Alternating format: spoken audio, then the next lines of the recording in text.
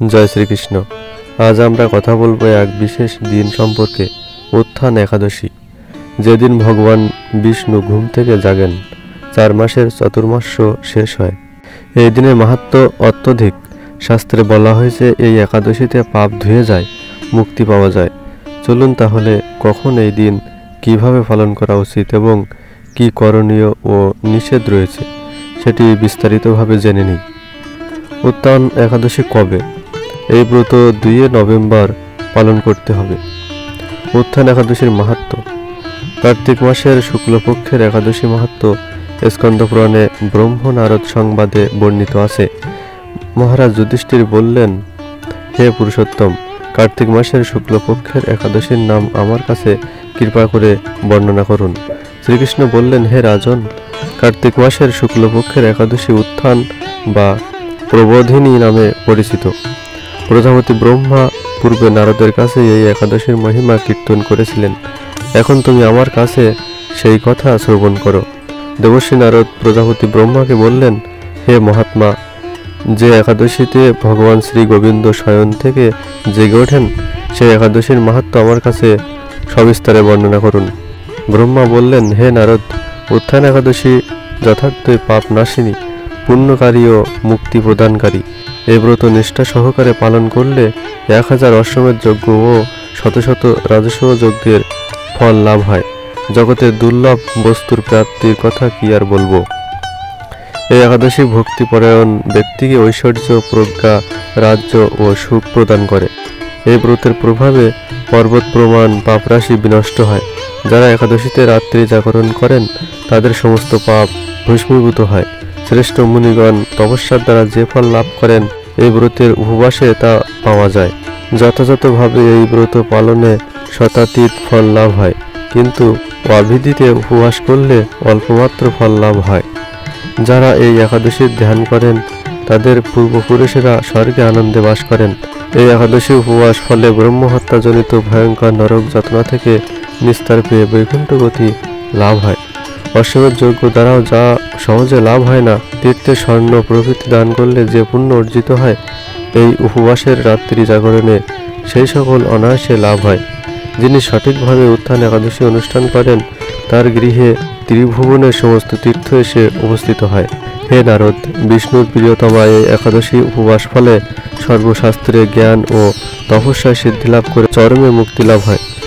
যিনি সমস্ত লৌকিক ধর্ম পরিত্যাগ করে ভক্তি সহকারে এই ব্রত পালন করেন তাকে আর পুনর্জন্ম গ্রহণ করতে হয় না।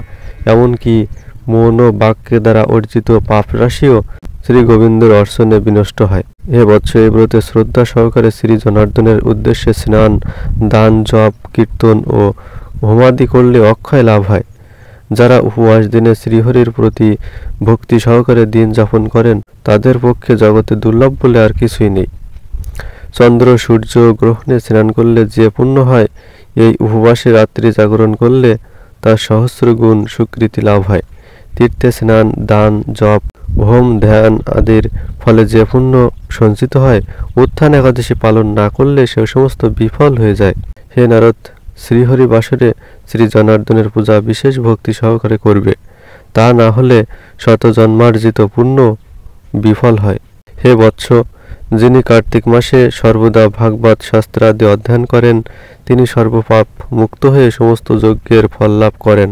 ভগবান হরি ভক্তিমূলক শাস্ত্র পাঠে অত্যন্ত সন্তুষ্ট হন, কিন্তু দান, জপ, যজ্ঞাতি দ্বারা তেমন প্রীত হন না। এই মাসে শ্রী বিষ্ণুর নাম, গুণ, রূপ, লীলাদি শ্রবণ কীর্তন অথবা শ্রীমদ্ ভাগবত আদি শাস্ত্র গ্রন্থ পাঠের ফলে শত শত গোদানের ফল লাভ করা যায়। এতে হে মুনিবর, কার্তিক মাসে সমস্ত গৌণ ধর্ম বর্জন করে শ্রী কেশবের সামনে হরিকথা শ্রবণ কীর্তন করা কর্তব্য। কোনো ব্যক্তি যদি ভক্তি সহকারে এই মাসে ভক্ত সঙ্গে হরিকথা শ্রবণ কীর্তন করেন তবে তার শতকুল উদ্ধার হন এবং হাজার হাজার দুগ্ধবতী গাভীদানের ফল অনায়াসে লাভ হয়। এই মাসে পবিত্রভাবে শ্রীকৃষ্ণের রূপ গুণাদির শ্রবণ কীর্তনে দিন যাপন করলে তার আর পুনর্জন্ম হবে না। এই মাসে বহু ফলমূল, ফুল, অগুরু, কর্পূর ও চন্দন দিয়ে শ্রীহরির পূজা করা কর্তব্য। সমস্ত তীর্থ ভ্রমণ করলে যে পুণ্য হয়, উত্থান একাদশীতে শ্রীকৃষ্ণ পাদপদ্মে অর্ঘ্য প্রদানে তার কোটি গুণ স্বীকৃতি লাভ হয়। শ্রবণ কীর্তন স্মরণ বন্দনাদি নববিধা ভক্তির সাথে তুলসীর সেবার জন্য যার বীজ রোপণ জল সেচন ইত্যাদি করেন, তারা মুক্তি লাভ করে বৈকুণ্ঠবাসী হন। হে নারদ, সহস্র সুগন্ধি পুষ্পে দেবতার অর্চনে বা সহস্র সহস্র যজ্ঞ ও দানে যে ফল লাভ হয়, এই মাসে হরিবাসরে একটিমাত্র তুলসী পাতা শ্রী ভগবানের চরণ কমলে অর্পণ করলে তার অনন্ত কোটি গুণ লাভ করা যায়। এবার আসুন কিভাবে পালন করবেন। সপ্তাহ আগে থেকে প্রস্তুতি নিয়ে নিন। মন ও ঘর পরিশুদ্ধ করুন। একাদশী দিনে সকালে ব্রহ্ম মুহূর্তে ঘুম থেকে উঠুন, স্নান করুন, তুলসী পাতা স্বচ্ছ পানি ও ফুল দিয়ে ভগবান বিষ্ণুর আরাধনা করুন।